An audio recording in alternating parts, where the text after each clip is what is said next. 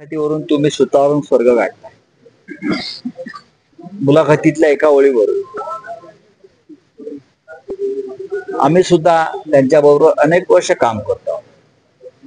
त्याच्यामुळे त्यांच्या भूमिका आम्हाला माहिती आहे.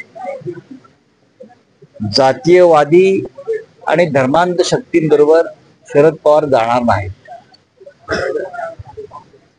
ज्या विचारांसाठी ते आतापर्यंत संघर्ष केला, विरोधी पक्षात राहिले अनेक वर्ष, ते आता त्या अशा शक्तींबरोबर, ज्या महाराष्ट्रद्रोही शक्ती आहे, ज्यांनी त्यांचाही पक्ष फोडला आणि आमचाही पक्ष फोडला, अशा शक्तींबरोबर ते जाणार नाही. ज्यांना जायचं होतं ते निघून गेले.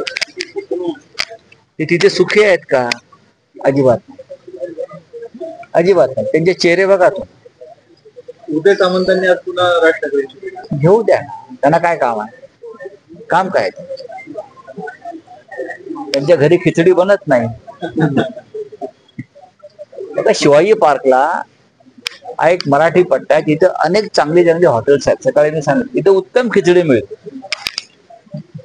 उत्तम. मी नावं घेतली हॉटेलची. तिथे उत्तम प्रकारची खिचडी, साबुदाणा खिचडी, साबुदाणा वडा, असे सगळे पदार्थ त्या पार्कात मिळतात. लोक तिथे सकाळी फिरायला येतात. तसे उदय सामंत येत असतील फिरायला, येऊ द्या. आणि कोणी कोणाकडे जाण्यावरती बंधन आहेत का या लोकशाहीमध्ये? नाही, अजिबात नाही. पण एक लक्षात घ्या, हे छुप राजकारण जे चाललेलं आहे, याच्यातच त्यांचा पराभव दिसतोय. तुम्ही भारतीय जनता पक्षाबरोबर आहात, तुम्ही अजित पवार बरोबर आहात, आणि तुम्ही अन्य पक्षाबरोबर सुद्धा संधान जुळवता. नक्की तुम्ही कोणाबरोबर आहात? मुळात तुमचं अस्तित्व काय आहे हे यातून दिसतं. आता यापुढे तुमच्या पक्षाचे निशाणे तुम्ही साबुदाणा खिचडी ठेवा. नाशिक पासून ते धुळे मालेगाव पर्यंत उत्तर महाराष्ट्रातल्या सर्व महानगरपालिका शिवसेना ताकदीनं लढली.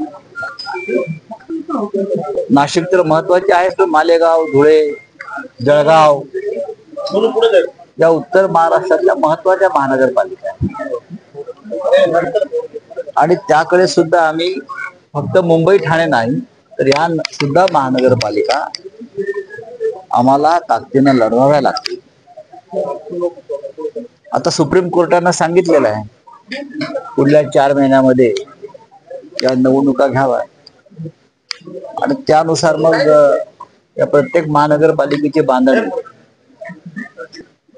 पदाधिकाऱ्यांना त्या संदर्भात सूचना, मार्गदर्शन